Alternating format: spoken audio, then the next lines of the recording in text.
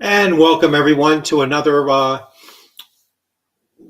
unscripted and unchained RPG review, the OSR tabletop with myself, GM Bloodworth.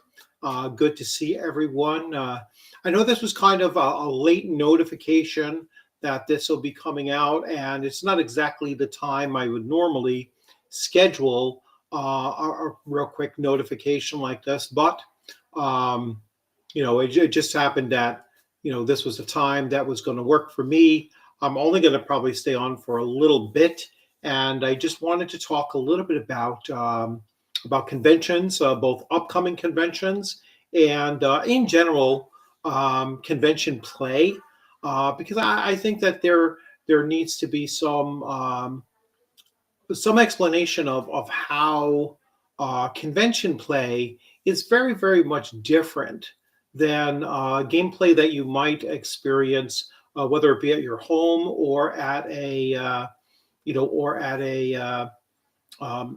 local gaming shop or online or whatnot.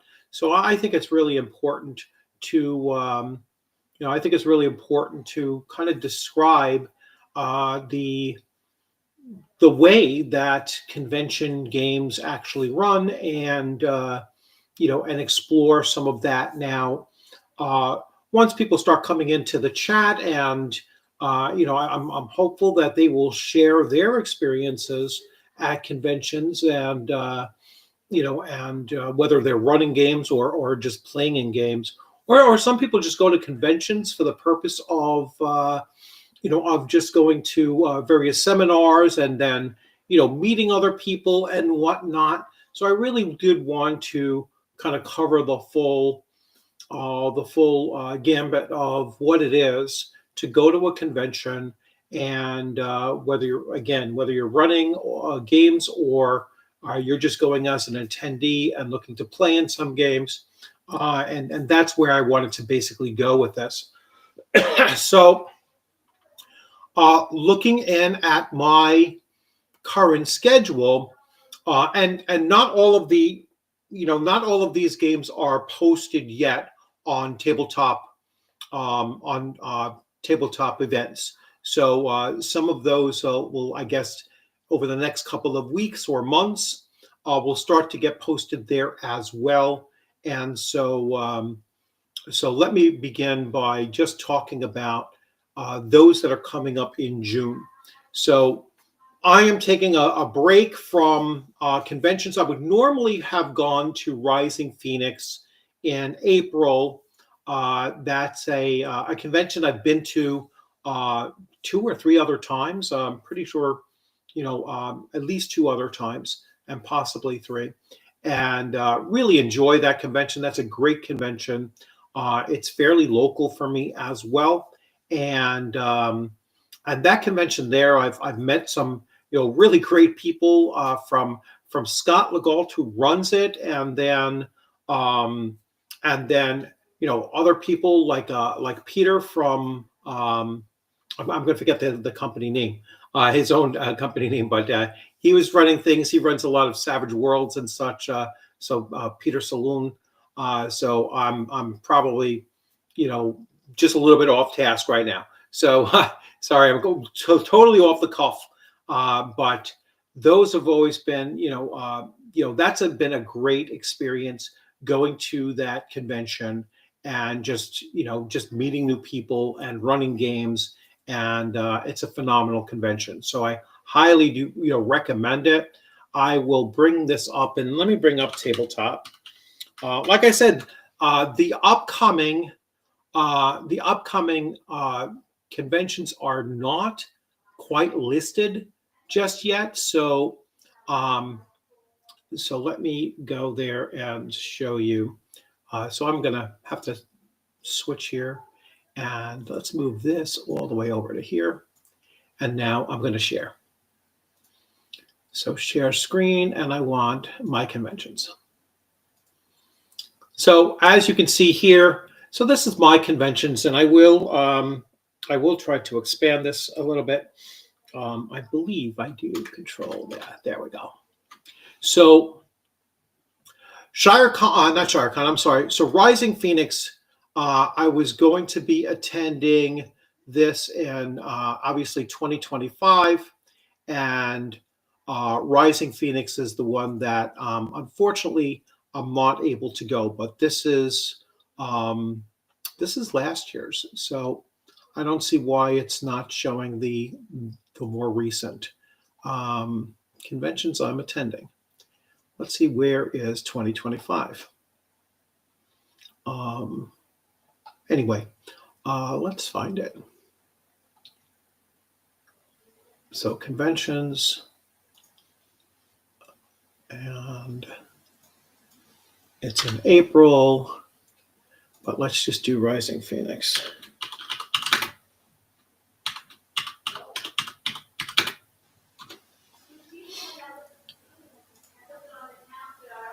There we go. Sorry about that. So here it is, Rising Phoenix. So this is going to be on April 25th through 27th in Milford, Doubletree. And this is, like I said, this is one that I've gone to several times. I really enjoy this. And I will definitely be going to this one in 2026. Fortunately, I had something come up that I cannot attend. I have an issue that I'm taking care of just the week before, and so I won't be there this upcoming year.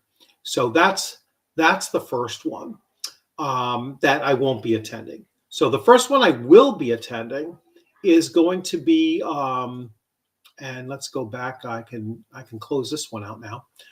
The first one I will be attending is the Central New York. So this is in June, and this is the Central New York role-playing game convention, June 14th to the 15th, 2025. It runs Saturday and Sunday from 10 a.m. to 10 p.m. Really looking forward to that one. It's the first year that it's being run, so I'm really excited about that. And Roger's a great guy. I met him in person, along with some of his, his friends that are also helping him out on this at Page 2. And so it was a really great opportunity. And I'm waiting to get some of these flyers out to my local gaming stores around here in Poughkeepsie, New York. So, this is up near Utica, New York, this convention. And like I said, I'm really excited about going and running at least 3 games there. And I have that slated in here. So I will be going over, a detailed list of what I'm running and when I'm running it. And Roger will be back on the channel to talk about the convention and how it's shaping up within the next couple of weeks to a month or so. Again, this is in June, so I certainly want to bring Roger back on again, probably around April, and just cover it and see where everything is standing. And it really looks like it's going to be a lot of fun. So I'm looking forward to it. Next up is going to be this one. So let me bring up AutoCon, and this should be AutoCon 4, and I don't have the write-up on it just yet. So AutoCon 4 is a tiny, like 50-person convention here in my hometown of Pleasant Valley, New York. It's literally just 7 minutes away from me, and I'm really looking forward to that one as well. I'm only going to run probably one game there, and I'll probably play in one game there. It's just a one-day convention, basically just 2 different time slots to run things. And like I said, it's nice to see Fred and his wife there. They run a great little con, and I'm hoping to see that it grows a little bit more than it did last year. It did from the year prior to. So this is one that's been slowly but surely growing, and I'm really looking forward to it. That it's a nice small convention that you can go there. You'll know everybody that's there. It's very local for me, so there's always the opportunity of meeting people that I've seen before, or that we can come together and run some games, whether it be at the local library or local gaming stores or whatnot. So there's always that opportunity as well. Next up is, and this one I will put up because I do have the flyer now. So let me share, and we're going to do this one. So this is ShireCon. ShireCon 2025. This is going to be in September, and this is in New Canaan, Connecticut. It is at a local VFW, and all of the details will come out, very shortly. I spoke to Tom Wilson. Tom Wilson, said that he's going to have this up on tabletop events very, very soon. And once it goes up there, then I am certainly going to buy my tickets. Now, this is a 2-day con, and it runs, like I said, it's only about an hour from me, so it's certainly driving distance there and back again, all in one day. And I'm looking forward to running probably 2 or 3 game sessions there. Although this time around, I might only run 2, and then the rest of the day, I will be looking to play in other people's games as well. So so this upcoming year, I think I'm only running 2 games, and that's it. So that we have there, and I will stop sharing and come back over here. Let's check the chat if anybody is in chat. Nope, not yet. There are people watching, so if you want to jump in and talk about your convention experiences, feel free to jump in there and throw something in the chat, and let me know about your gaming experience. So talking about running at conventions, or if you go to a convention as a player, it is a different gaming environment than any other form of gameplay. You're going to a table, and most of the time you are going to be handed a pre-generated character, and there's reasons for this. The primary reason for using pre-gens, and I know some people will look down upon pre-generated characters, but it allows you to spend more time actually running the game, and actually having the adventure run its course, when you don't have to spend the first 20 minutes or so making up characters. Now, I've had some people say, oh, you know what, it only takes about 5 minutes, or 15 minutes to make up a character. That's not really true. You're going to make up characters at the slowest pace of your slowest player making a character up. Not at the highest, not at the most experienced pace, not somebody who is familiar with the game system. You're only going to be able to get that game rolling once the unindoctrinated, the player that has never played this game system before, or possibly even never played a tabletop role-playing game before. And so they're going into the character creation completely cold. And so it will take them longer, and then you're not going to be able to get your game started until the slowest of the players gets their character created. So pre-gens is a way to get right into the action. And now, as somebody who is experienced, I would say, in running in conventions, if I have a table that's set up for 6 players, I would probably come to the table with probably about 12 to 18 pre-generated characters, and let them have their full choice of it. Now, when you present them with a pre-generated character, I wouldn't even bother putting a name on it. So that's something that I will modify, because I've done this in the past. I've put names on them because that's what the form fillable basically asks for. But I would leave that up for the players to decide, what their character's name is going to be. And the other thing I want to say is that even though you're handing out pre-generated characters, I would definitely let the players go home with their pre-generated characters. I think that's really important. It's a memento for them to remember their gaming experience at your table, and that's something that they certainly should be going home with, is their pre-gen characters.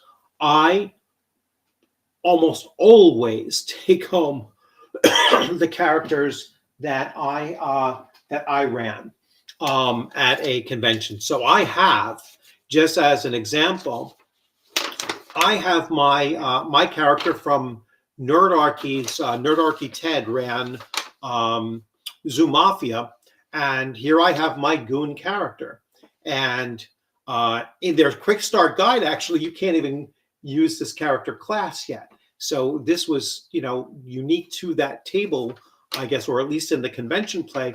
And so we were able to play test some other character classes that are not yet in the quick start. So I now have this character, and I can utilize this character. I can learn from this character class now and utilize that elsewhere.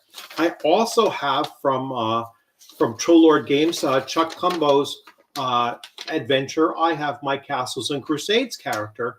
This is my Dwarven Cleric that I played, and basically doing White Plume Mountain, but for Castles and Crusades. And so I have my character here. The only character that I didn't end up with taking home, and I don't recall why that happened, was in Zeb Cook's game. Somehow I didn't end up taking home the Yakuza character I was playing in his Oriental Adventures, adventure that he was running. So now my character in that one died, but I should have still taken home the pre-generated character, and I wish I had. I don't know exactly what happened to it. It might have just gotten lost in some other papers. Maybe I have it buried someplace in one of the books that I brought with me. So I will have to look for that. But that's another thing that you really, I think, should remember if you're running a game at a convention. Make sure you have plenty of pre-generated characters for the players to pick from. And then it also helps if characters die early on, certainly in the adventure, then they can just pick up something else and just keep on rolling with it like that, because you're looking to give them the most out of their time at the table that you possibly can. And so, if it's a 3-hour slot, you're trying to run, at least, 2 hours and 50 minutes or so. If it's a 4-hour slot, you should be pushing for around the 3-hour or more mark. But it's usually the case that in such a long session, characters might die. And so you'll have that time built in where they can pick a new character and then you can move on and whatnot. One of my games was slotted for, I forget if it was 3 or 4 hours long. And it was the last slot of the night, so it might have only been a 3-hour slot. And we utilized almost all of that time. And so I think pacing is really important for you to keep in mind. And, and sometimes you might have to just alter what's being done in order to fill up that time a little bit better. That's a mistake that once in a while even I make, where it's like, oh, I could have done a little bit more and stretched this out a little bit more, or I could have tightened this up a little bit and kept it within that time frame.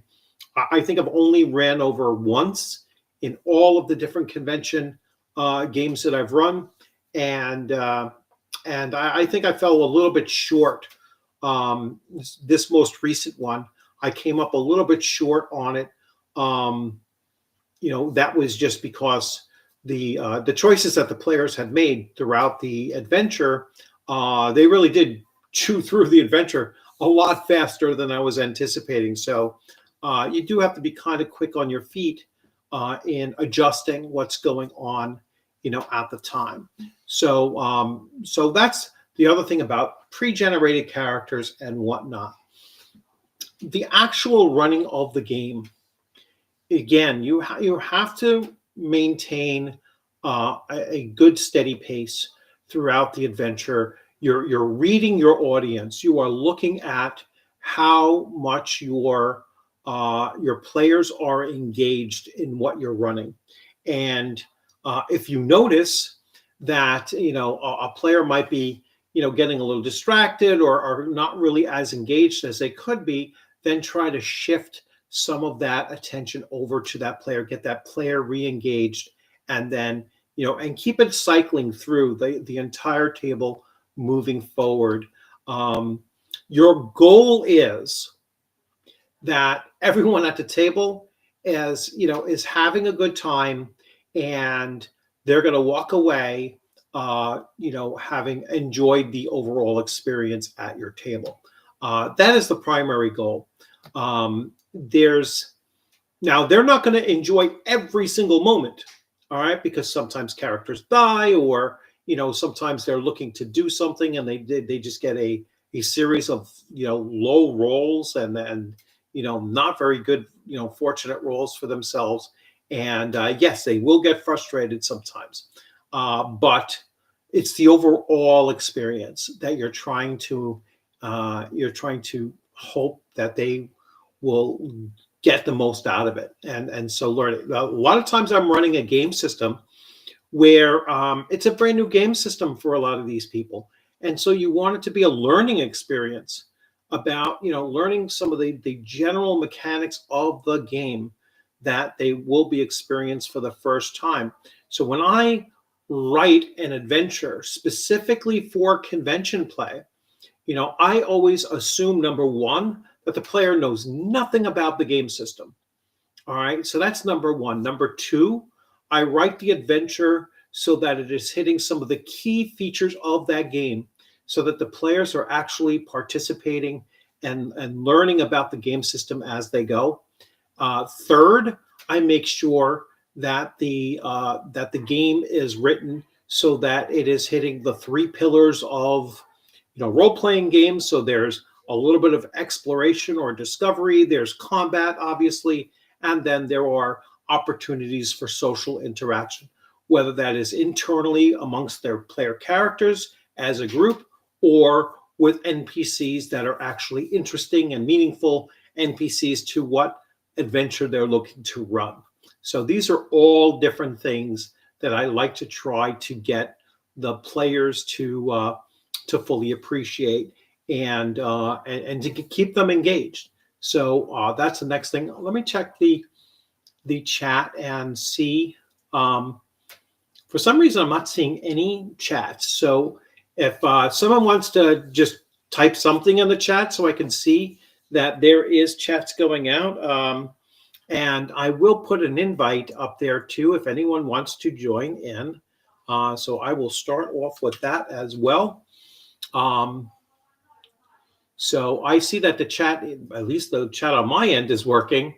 So I see that there are 10 people watching. So if any of you want to chime in, you're certainly welcome to do so. And I'm just going to double check and see if for some reason my restream is not showing chats, but chats are actually happening on YouTube. So I'm just checking real quick, checking YouTube very quickly here and seeing, and What is going on here?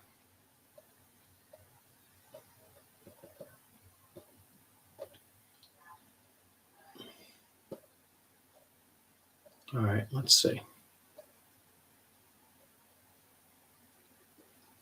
All right, so that's kind of weird. On this, it says I have 10 viewers. They're probably watching from X, and then yeah, there's 8 watching from X, and there's 2 watching on YouTube. So so any of you, you're welcome to jump in and chat. Yeah, that's kind of weird. I've never seen that before, where it splits it down, and I can see who's on what and watching from what. So anyway,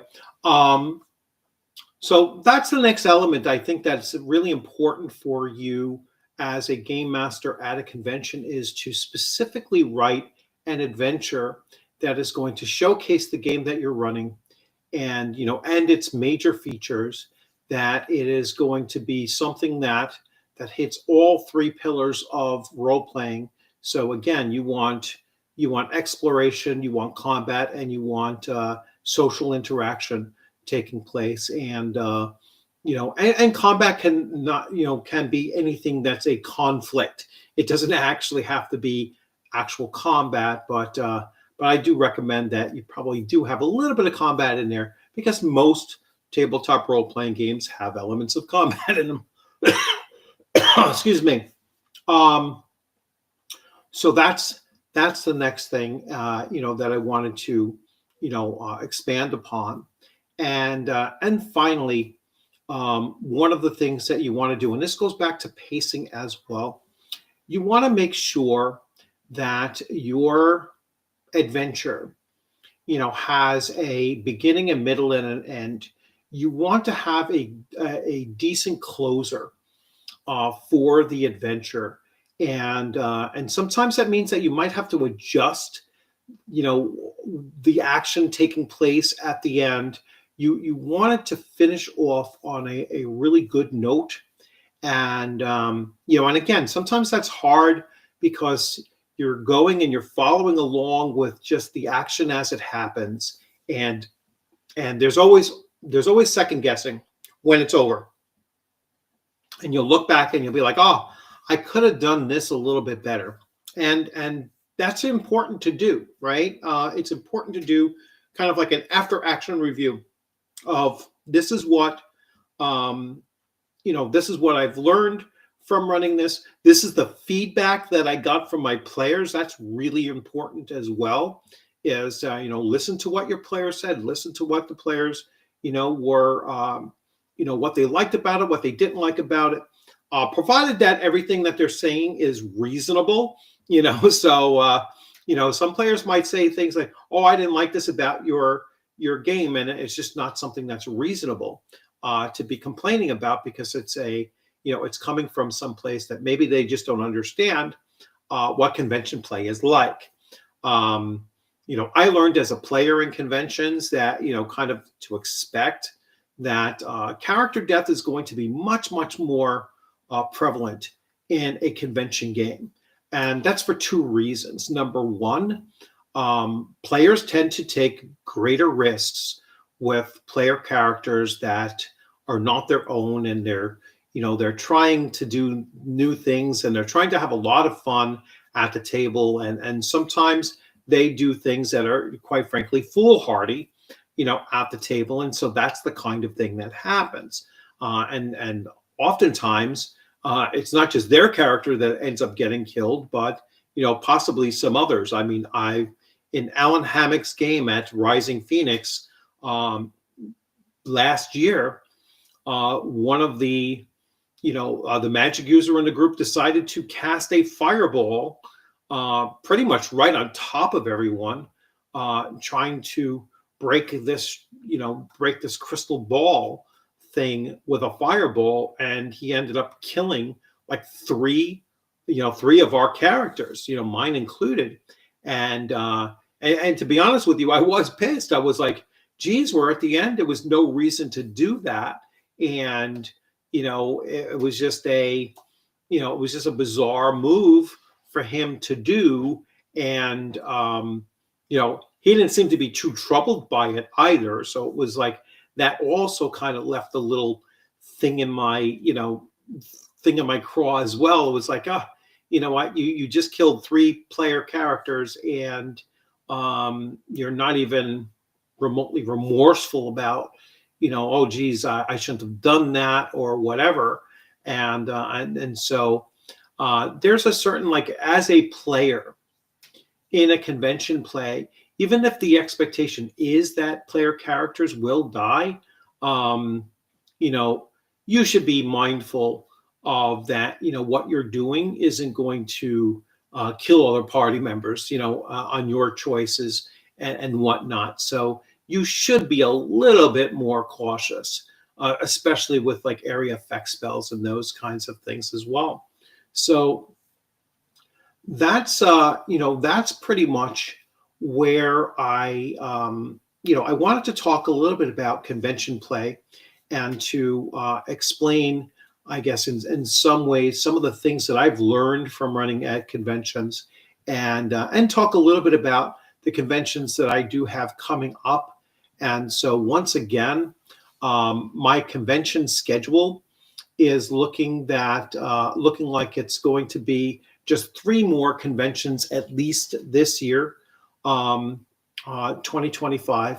And if there are any conventions that are New York-based conventions that you are aware of, feel free to put that in the chat section when this live stream gets locked down on YouTube, so that it can be viewed and discussed. And so I'm really looking forward to seeing that anything that's out there. And I'll check tabletop again. As a matter of fact, let me do that now. So tabletop, and these are the events. I can just go to conventions, and I want location. So let's do New York.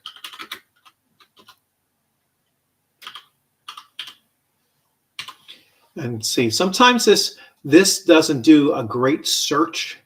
Okay, here we go. Let me share. And let's see what's coming up in New York. So conventions.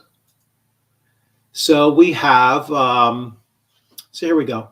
We have Chuckathon V, or 5, February 8th. So that's in a couple of days. AutoCon 4. All right, so here it is. So here is AutoCon 4, June 7th.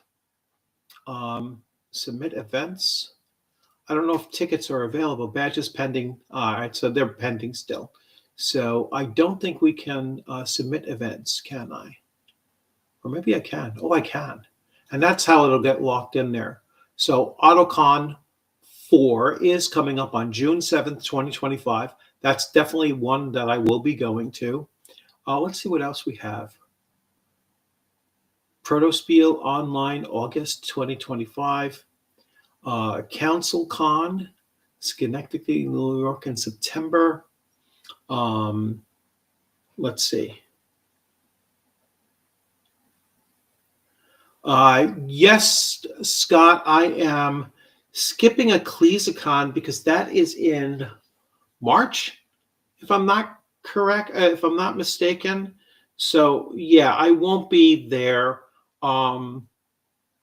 I have some issues I'm taking care of around that time frame. So, have some medical issues I need to take care of, and that's why I'm not going to Rising Phoenix as well.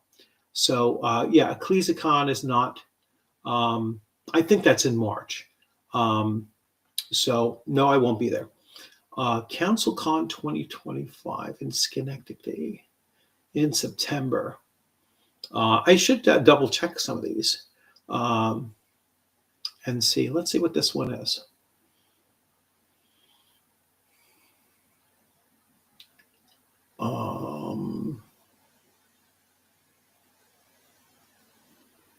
gaming convention. Is it Wargaming? This might be Wargaming.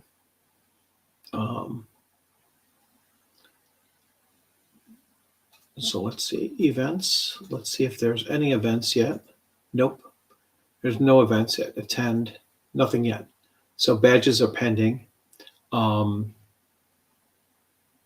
This might be Wargaming.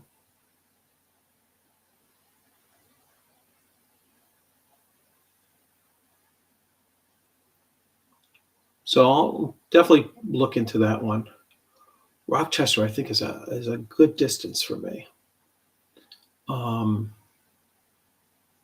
Like 6-hour ride. So this is, even though it's in New York, it's an overnighter, with it being that far away. Play testers for regular play, testing sessions, artists who want, game designers, play testers.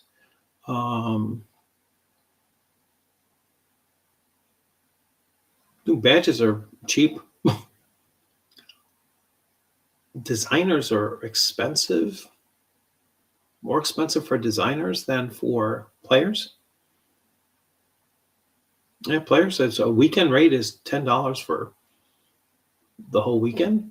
Yeah, so the 3 days. I'll look into it. That looks pretty cool. And it's the end of March, yeah. So the week thereafter, really like the second week of April, I'm having some work done. So I don't want to be going to a convention 2 weeks before I go, because if I come home sick, I don't want to deal with that, coming home sick and then having to go to the doctors in excess a week before my procedure. So, and then again, that's why I'm not going to the that's why I'm not going to the other, like the end of March. I'll just say I'm going for a hernia operation in mid-April. So literally the week before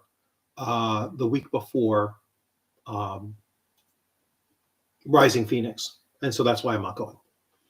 So anyway, let's see, what else do we have? So really, the two big ones that I'm going to is the Central New York. Let's see, Central New York RPG Con. And let me bring up the full flyer on this. And this one I can share then, and then the other. So I will share this one. So this is the next big one for me. So this one here, June 14th to 15th, 10 a.m. to 10 p.m. each day. And I will be running 3 games here. So the events I'm hosting, I am running Shards of Ymir, my own adventure. That's a Shadow Dark. I'm running Vault 67, The Awakening, which is a Fallout RPG game. And then I'm running a Deadlands game, Horror from the Mound. That's a recreation of a Robert E. Howard Weird West story. And that I'll be running on Sunday morning at 10 a.m. And as soon as that one is done, I will be departing and driving the 3 hours or so home. So really looking forward to this one. This is going to be a great con, I think. And then the other that I want to definitely share is ShireCon. This is in September. And let me see if he has on Facebook the actual dates. I thought he did. There's a Facebook group here, and ShireCon 2025. I thought he had the dates posted here. But again, I chatted with him earlier, like yesterday or so, and he said that this will be out there. They'll be doing this. This was last year. I mean, I love the coins that we got last year. That was awesome. What a great con that was this past year, this last September. So really looking forward to doing that. And and here's some pictures from it. As a matter of fact, this picture here is there I am sitting there actually playing in this particular game. So let's see. Let me share this one here. So because I think it stopped sharing. So so here I am right here in this corner, and I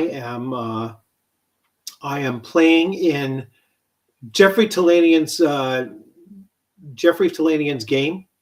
So he's running Hyperborea, and there I am, and getting ready to take a picture of my character sheet. So this was at the end, so we're just about done. And yeah, I was like, all right, let me take a picture of my character sheet so I have it, and then I can share it for a presentation when I'm on YouTube.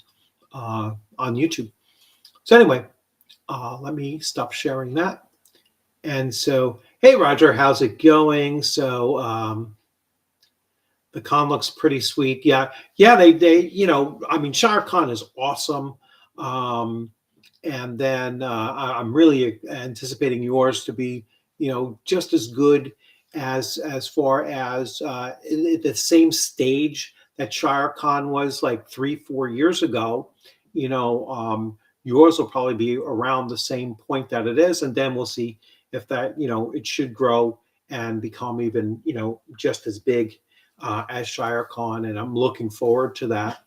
And then, like I said, Rising Phoenix is an awesome con. I like it better than, I think I've done a total con once, but it was online. It was not in person. And from what I understand, Total Con is a little bit larger than what Rising Phoenix is, and I just kind of like that size of a convention. I like the 300 or so player conventions rather than the much larger and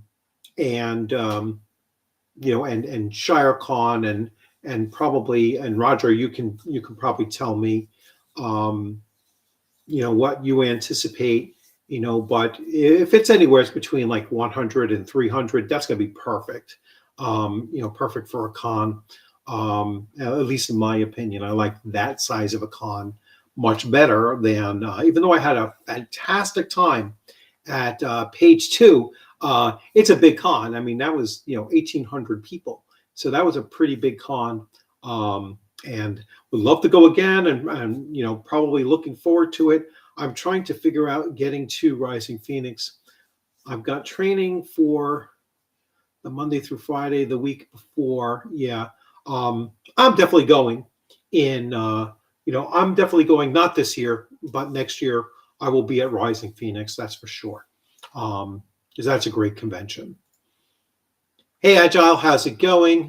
Good to see you, and thank you for your continued support as a valued supporter. So, and it's always, it's good to see Roger back in here again, and Scott, and others. Yeah, any of you are welcome to jump in to into the chat, and you can jump right in there on the chat if you wanted to. You're expecting 200 or so, hoping for 300. Yeah, that's really so perfect. I think 200 to 300 people is, what is that? That's going to be like 20 tables, of 20 full tables or so. That's going to be really, really cool. And I'm looking forward to that. And Agile, thank you for your gifts. Let's see who's going to get a free gift. And I'm into February, so this is my first stream of February. I can give out some free gifts as well. So Gustavo, Luis, Adam, and Patrick, and Sketchosaurus Rex. Hey, how's it going? That's a cool name. Yeah, as a matter of fact, let me jump on YouTube, and I can do the same. I can give away some freebies. And so I'm good. Just bear with me with the sound here, because when I jump into this, it might and I want to mute that real quick. Yep. So I took care of that. And now I can go in, and I will be able to give out some free ones as well. We're coming up on we're coming up on about 45 minutes. I was only going to do this for about an hour. So we have to start getting ready. There's a snow and ice storm coming up, and I have to go play musical cars and make sure everyone's car is parked in the right spot and ready for the driveway to be cleared. So I will do this one now, and let's do and membership gifting, and gift 5 now. And so there we go. And let's see. So Anna Lay, Tommy Bravo, Mark Hansen, Alan Smooling, and Dr. Kynes. Congratulations and welcome. So membership has its perks, and memberships means that, like, when you go to my Discord, you are welcome to join in any of the games that I am looking to run. I actually have, I'm working on amazing adventures that will be taking over my Tuesday night time slot. I'm taking a little break from Castles and Crusades. I want to spend a little bit more time just changing up genres a little bit and kind of mixing it up. I'm also going to be playing in one of my players' Deadlands game on Friday mornings. I believe it's going to be like Friday, well, not morning, but noon Eastern time. I'm looking forward to that, to get some playtime in as well. I was kind of getting a little burnt out from running.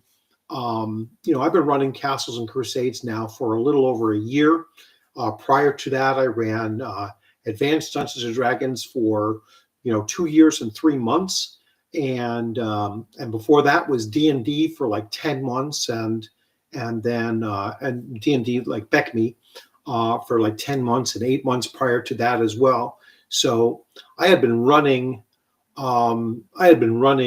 fantasy RPGs. I ran Shadow Dark at home for about 4 or 5 months as well, and it just took just a lot out of me to keep on doing and keep on thinking about new adventures in the fantasy genre. And I was like, hey, listen, everyone, I need a little break. I need to change it up a little bit.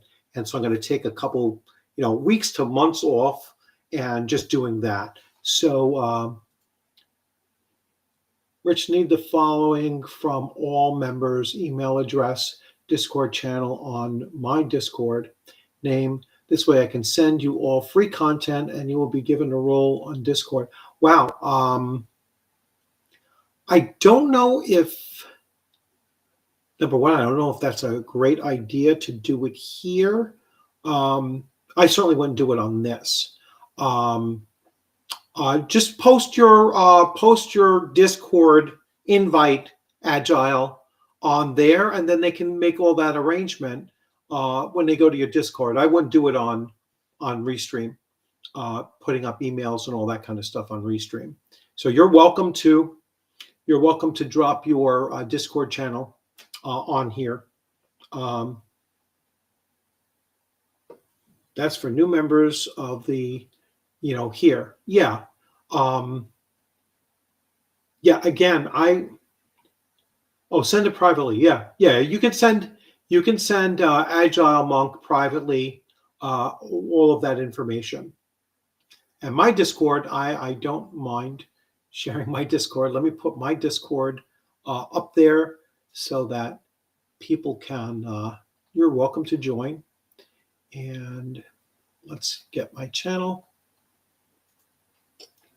And then I will go up here and I will do invite, and I'll just copy that. And so this is my Discord invite. So you're all welcome to join that. If you just got a membership when you join on my Discord, just jot in a little note that you got a membership during this stream, and then I will give you the role of member, and that will open up, like I said, opportunities to join in games. This was for your Discord. I was trying to give folks a reminder. Oh, okay. Yeah, well, there's my Discord. So you can jump in on that Discord, and you're welcome to like I said, join in and and join in any of my games that I'm running. Hey, Ducato, how's it going? Good to see you. So Ducato and I, we got to meet for the first time at ShireCon last September, and he played in one of my games. We both played in Jeffrey Talanian's game, so Hyperborea, and it was just a lot of fun. It was so much fun, and I'm pretty sure Ducato is going to Central New York Con, so Rogers Convention. So looking forward to seeing you there as well, and some other people there. There's going to be some guests there and whatnot as well. So I believe Greg Gillespie is going to be there. I'm sure, running Dragon Slayer. I'm probably going to end up buying Dragon Slayer when I go there. And then I know that there's some other special guests there. So there will be Eric Tenkar from Tenkar's Tavern, and there'll be the Greyhawk Grognard who will be there. Joe Block is a great guy, and I just got his game system in the mail. Yep, Rising Phoenix, Central New York, and ShireCon. Yeah, so like I said, I've told everybody by now, Rising Phoenix is off the plate for this year, but Central New York and ShireCon, I will see you at both of those. So really looking forward to that. Oh, Brian Shutter, Joseph Block, Eric Tenkar. Yeah, so those are some of the special guests that will be there. And like I said earlier, Roger, I don't know if you were on here, but I still have your little flyers here, and I will after we get through tomorrow's storm. I'm looking to get out to the local gaming shops by this weekend and start handing those out. I have like 3 shops that I would drop those off at. One is really local. It's mostly cards, battle cards, but and then one's a comic book shop, and then the other one is a fairly decent sized gaming shop called Kirwan's in Poughkeepsie. So looking forward to dropping those off, and hopefully it'll drum up some more people coming up there. So yeah, definitely not a problem. We're really looking forward to doing it, and I'm looking forward to the con. So I am going to wrap this one up. So anyway, like I said earlier on, if you're going to go to a convention, whether it's a player or running, just be ready to have an experience that is going to be different, certainly different than what you're doing at your home game. And I would definitely test the waters out. I would certainly start slow if you're going to be running games at a convention. Don't make some of the mistakes I made. Like, I've made mistakes where, I've gone to a convention and I've run 5 different game systems, and played in other 3 games, and, had something like 32 hours of gaming in the span of 2.5 days, and it was like, oh my gosh, it was just overwhelming, to be honest with you. And running 5 game sessions is pretty grueling, and then to have 5 different game systems for those, not only did it increase the size of my luggage that I had to bring with me, but it was overwhelming.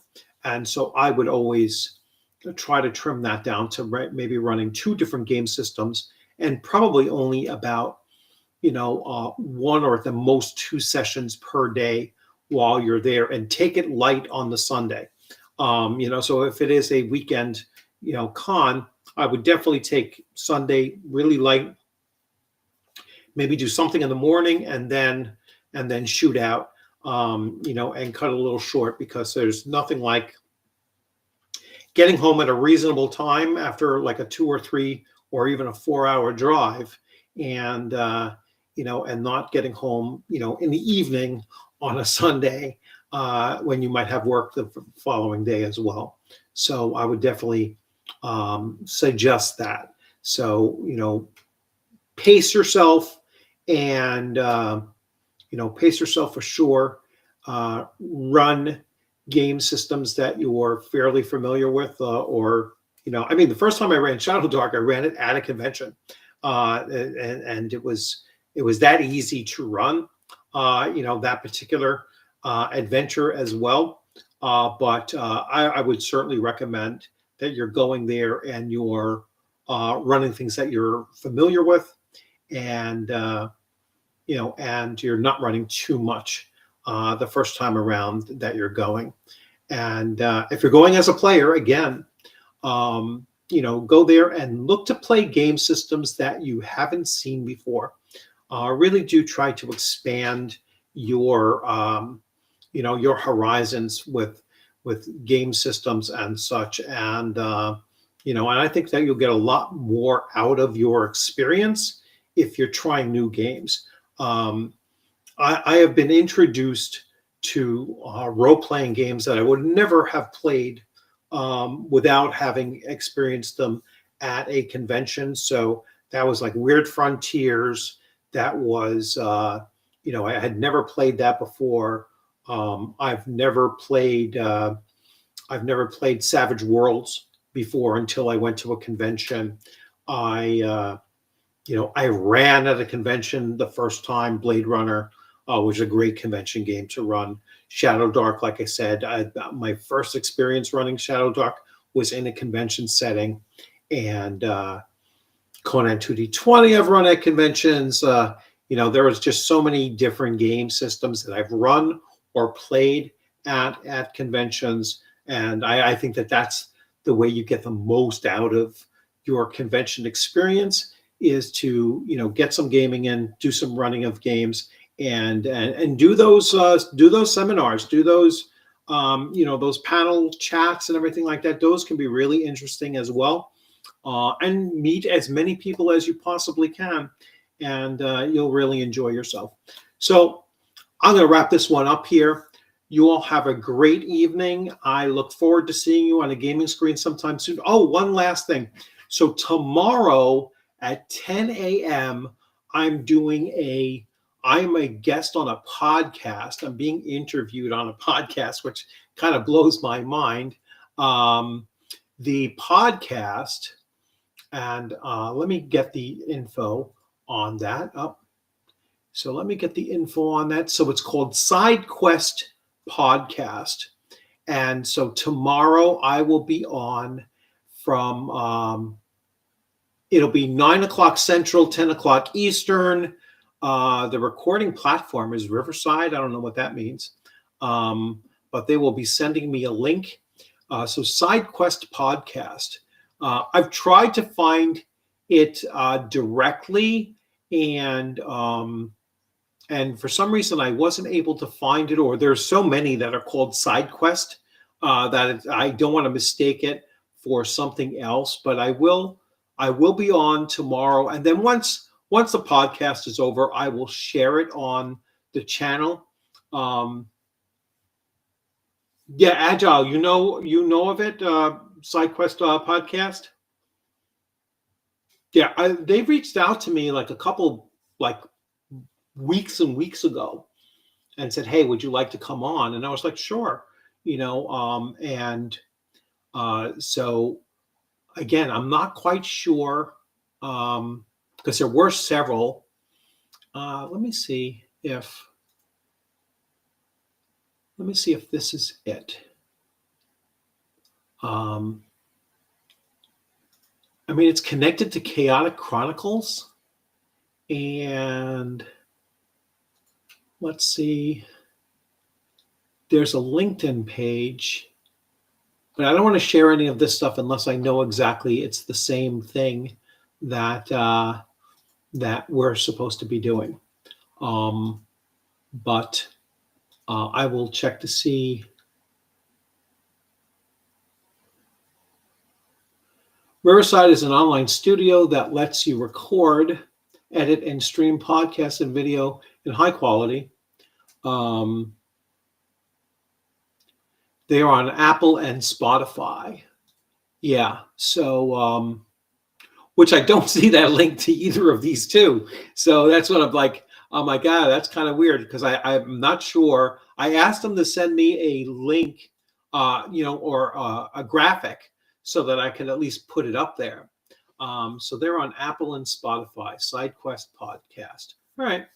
I'll definitely check it out and see. But tomorrow, 10 a.m., I will be on their podcast. And, quite frankly, I forget the questions that they ask me, to answer or whatever. And so I will wait to see that. So welcome to Side. Yes, join Eric, Jeff, and Justin as they bring you new episodes. All right. Each episode for geek culture and veering off on some side quests. All right. Yeah. So although I think I'm being interviewed by somebody else, not any of those. I'm being interviewed by Michael Taylor, I'm guessing.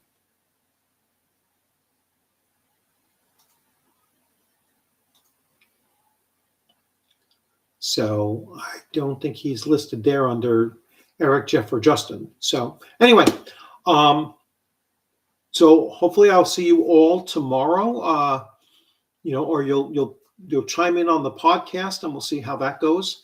And everyone else, you all have a great one. Thanks for stopping in. Agile, thanks for your generous gift there. And I am looking forward to seeing you on a gaming screen or at a convention sometime soon. You'll have a great rest of your evening. If you are on the East Coast or you're getting hit with that, snowstorm and ice storm coming up through, please be careful out there tomorrow. Our schools up here are already closed, so way ahead of time. So I'm expecting a full house tomorrow at home.